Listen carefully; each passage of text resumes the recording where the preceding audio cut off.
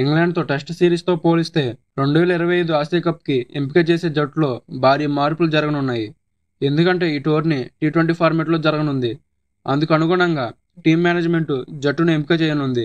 ఇంగ్లాండ్తో test సిరీస్లో అద్భుత ప్రదర్శన చేసినప్పటికీ 5 కీలక ఆటగాళ్లు ఆసియా కప్కు దూరం కానున్నారు. మరి ఆ ప్లేయర్స్ ఎవరో ఈ వీడియోలో చూద్దాం.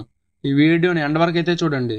మరి వీడియోని స్టార్ట్ చేసే ముందు నాది ఒక చిన్న రిక్వెస్ట్. మన ఛానల్ని ఎవరైనా సబ్స్క్రైబ్ చేసుకోకపోతే వెంటనే సబ్స్క్రైబ్ చేసుకోండి.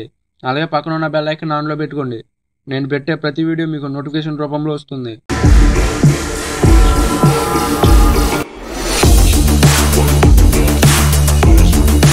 జస్ప్రీత్ బుమ్రా వర్క్లోడ్ మేనేజ్మెంట్లో భాగంగా బుమ్రా ఇంగ్లాండ్తో కేవలం 3 టెస్టులు మాత్రమే ఆడాడు. మరో 2 మ్యాచ్లు దూరమయ్యాయి. ఇదే కారణంతో అతడు 2025 ఆసియా కప్కి దూరం కానున్నాడు. కేఎల్ రాహుల్ కూడా ఆసియా కప్కు దూరమయ్యే అవకాశం ఉంది.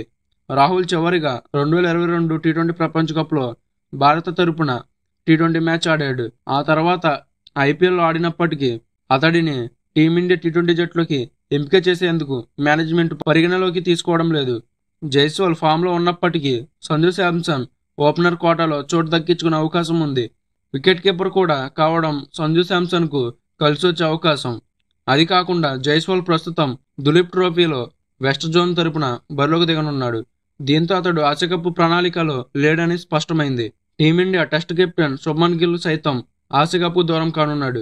ఇంగ్లాండ్తో టెస్ట్ సిరీస్లో పరుగుల వరద పారించిన భారత T20 జట్టులో అతడు చోటు దక్కించుకోవడం కష్టమే. ఎందుకంటే అభిషేక్ శర్మ, సంజు శాంసన్లు ఓపెనర్గా బరిలోకి దిగే అవకాశం ఉంది.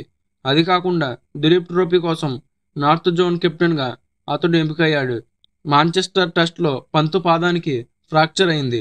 అతడికి సుమారు 6 వారాల విశ్రాంతి అవసరమని వైద్యులు సూచించారు. దీంతో పంత్ కూడా ఆసియా కప్కు దూరం కానున్నాడు. సెప్టెంబర్ 9 నుంచి 28 వరకు ఆసియా కప్ UAE వేదికగా జరగనుంది. సో ఫ్రెండ్స్, ఈ ప్లేయర్స్లో మీరు ఎవరి పెర్ఫార్మెన్స్ని మిస్ అవ్వబోతున్నారో కామెంట్ చేయండి. అలాగే మన ఛానల్ ఎవరైనా సబ్స్క్రైబ్ చేయడం మర్చిపోతే వెంటనే సబ్స్క్రైబ్ చేసేయండి.